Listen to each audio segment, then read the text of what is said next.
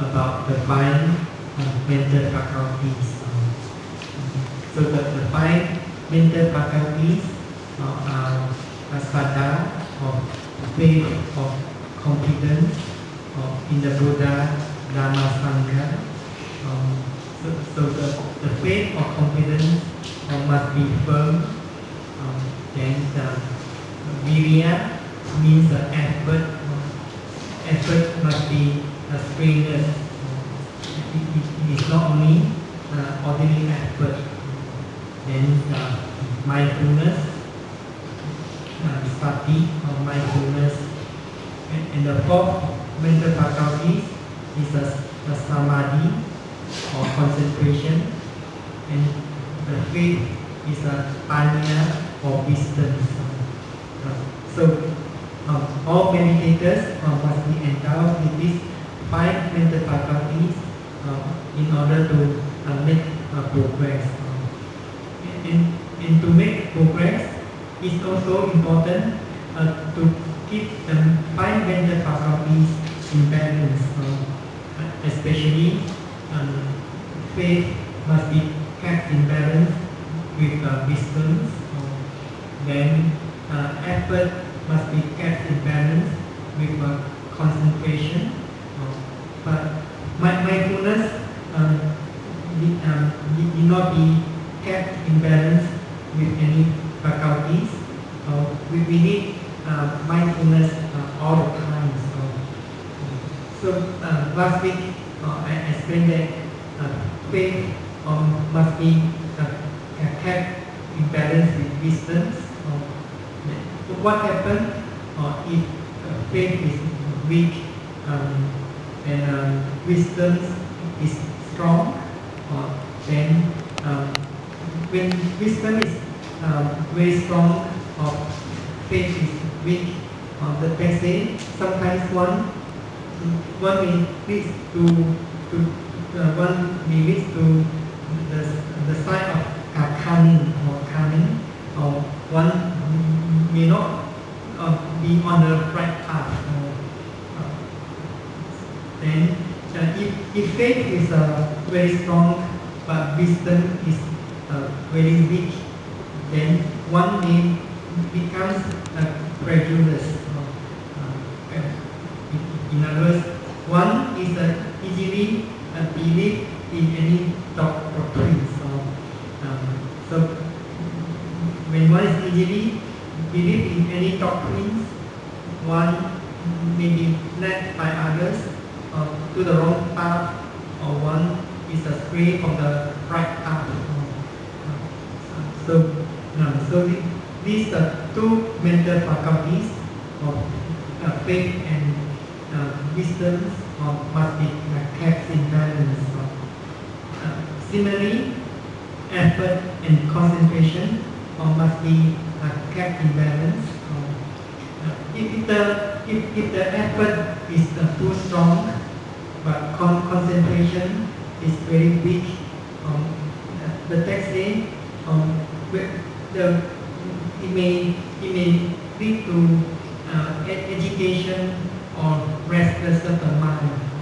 So when the effort is too strong, but concentration is weak, it may lead to restlessness or agitation. In the scriptures, it always gives the simile about effort. Just like the strings of musical instruments. If the string is too tight, or when the string is too loose, then the musicians may not play beautiful music because the string is too loose or too tight. So one has to learn from an experience so that one could develop the right effort.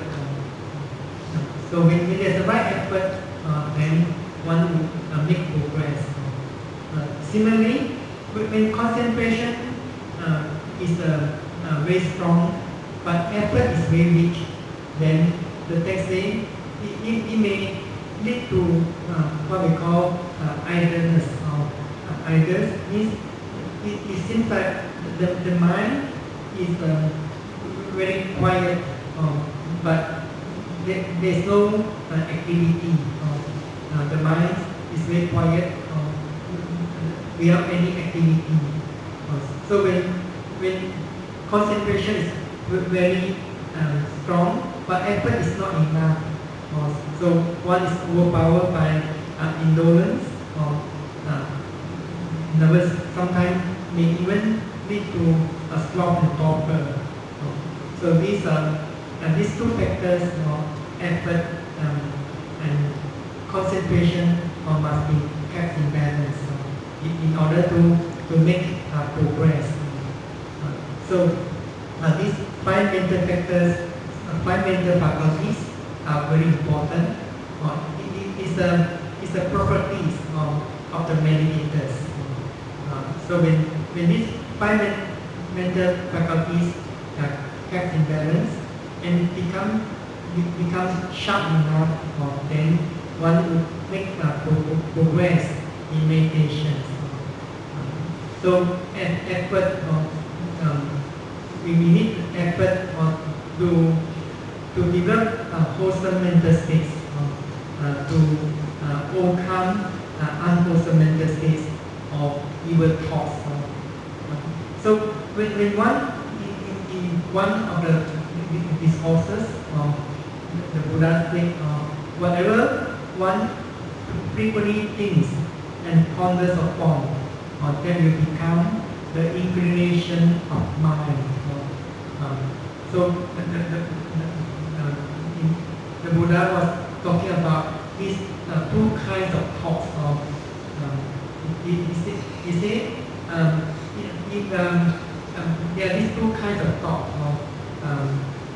On one side is thoughts of sensual desire, thoughts of ill will, and thoughts of cruelty. Then on the other side, there are these thoughts of renunciation, thoughts of non-ill will, and thoughts of non-cruelty. So he said there are these two kinds of thoughts. So this, whenever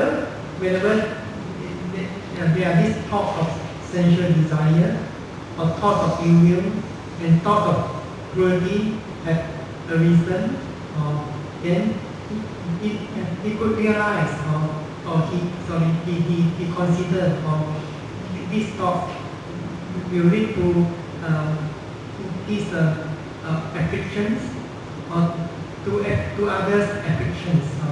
In other words, it causes pain to oneself, it causes pain to others, or to the affliction of both, or it causes pain to both. It obstructs wisdom, causes difficulties, and leads away from Nibbana. So in other words, whenever there are such unwholesome thoughts arising, for example, thoughts of ill will, then he said he considered. So the Buddha was actually talking about before his enlightenment.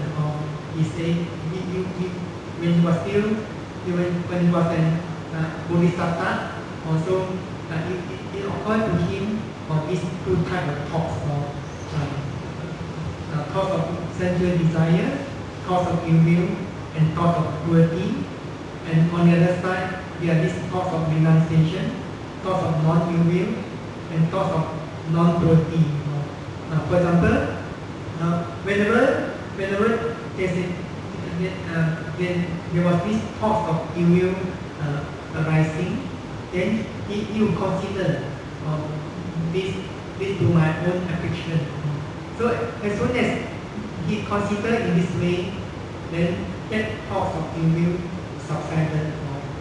Or whenever there's this thought of ill will arising, then he would consider this would lead to others' affliction. when there's when there was this thought of ill will arising, then he would consider this thought of ill will would lead to affliction of both or cause pain to both. Then this thought of ill will would subside. Similarly, when there was this thought of ill will arising, then he would consider these obstruct wisdoms causes difficulties and leads away from Nibbana. Then that thought will subside. So, in other words, whenever there is this thought of ill will arose, then he will make an effort to abandon it or to remove it to overcome it. So in other words, he also make an effort when the other two unwholesome arising. The other two unwholesome thoughts are thoughts of sensual desire and thoughts of cruelty. So in other words, whenever there is any of these unwholesome thoughts arising, or you consider this way, then the unwholesome thought would disappear or subside. Similarly, whenever you have any of these unwholesome thoughts arising in your mind, you should consider or ponder in this way also. You consider or ponder in this way, then that unwholesome thought would have subsided. So, when one comes to realize this unwholesome thought only cause pain to oneself, or cause pain to others, or cause pain to both, and it becomes obstacles to the growth of wisdoms, cause difficulties, and leads away from Nibbana or enlightenment, then this unwholesome thought would have disappeared or subsided. So then the Buddha explained whatever one frequently thinks and ponders upon, that will become the inclination of mind. So if one frequently thinks and ponders upon thoughts of ill will, then he has abandoned the thought of non-ill will. Then he will incline towards the thought of ill will. So when he frequently thinks and ponders that way, then that will become the inclination of mind. So the inclination of mind is all depends on your effort. So similarly, when one always thinks about thinks about the thought of sensual desire, then one would have abandoned the thought of renunciation. But if you want always cultivate the wholesome thoughts, for example, thoughts of renunciation, then one would have abandoned thoughts of sensual desires. Then that will become the inclination of the mind. So in other words, these three types of thoughts, thoughts of renunciation, thoughts of non-ill will, thoughts of non-cruelty, constitute the factors of right thoughts. Right thoughts is one of the factors in the Noble Eightfold Path. So whether one's mind inclined towards right thoughts or wrong thoughts is all depend on your effort. If you always let your mind dwell on the wrong thoughts, thoughts of sensual desires, thoughts of ill will, or thoughts of cruelty, then that will become the inclination of the mind. Then eventually, from these wrong thoughts, it may translate into wrong speech, wrong deeds, wrong livelihood. It's because speech and thoughts the manifestations of the thoughts. So if you have wrong thoughts, then it may lead to wrong speech or wrong deeds, wrong livelihood.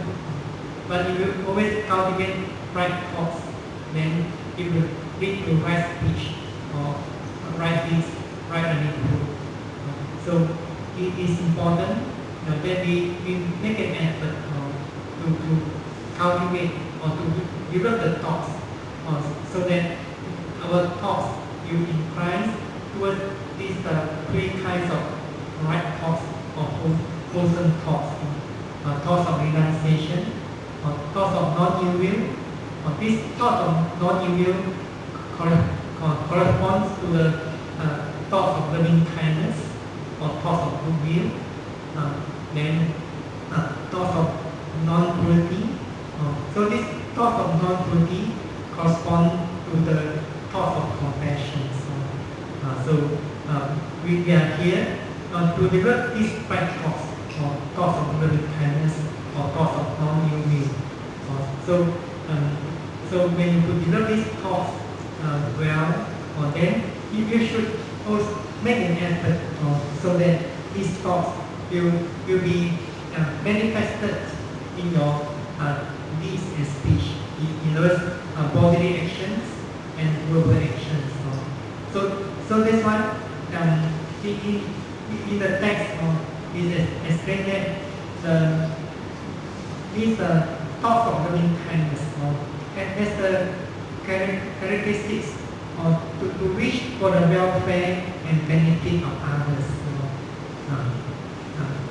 So this is the characteristics of loving kindness, to wish for the welfare and benefit of others.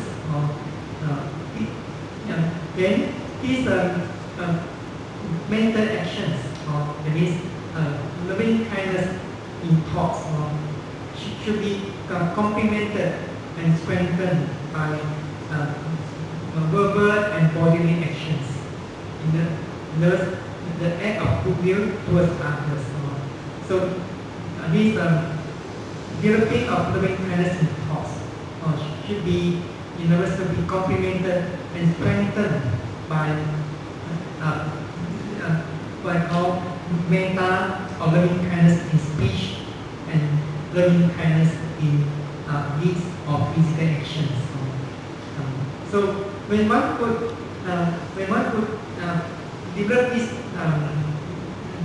loving kindness in all these three actions, in other words, metta in thoughts, then metta in speech or loving kindness in speech, metta in deeds or loving kindness in your body actions, then your metta will be growing.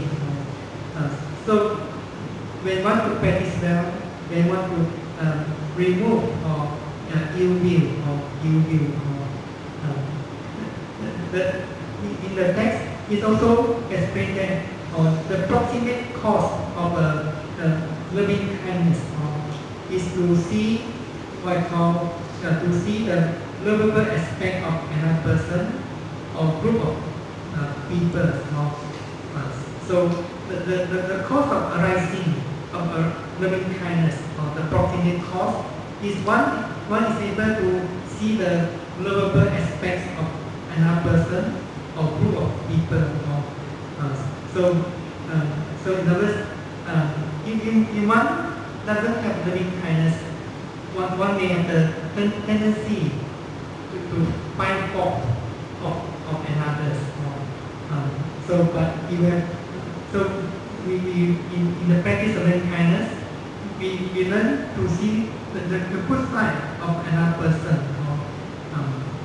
For example, that person is endowed with a good behavior of pleasant speech and so on. When we always look at the lovable aspect of another person, then this feeling of loving kindness will arise. There's no feeling of what I call annoyance. Sometimes one is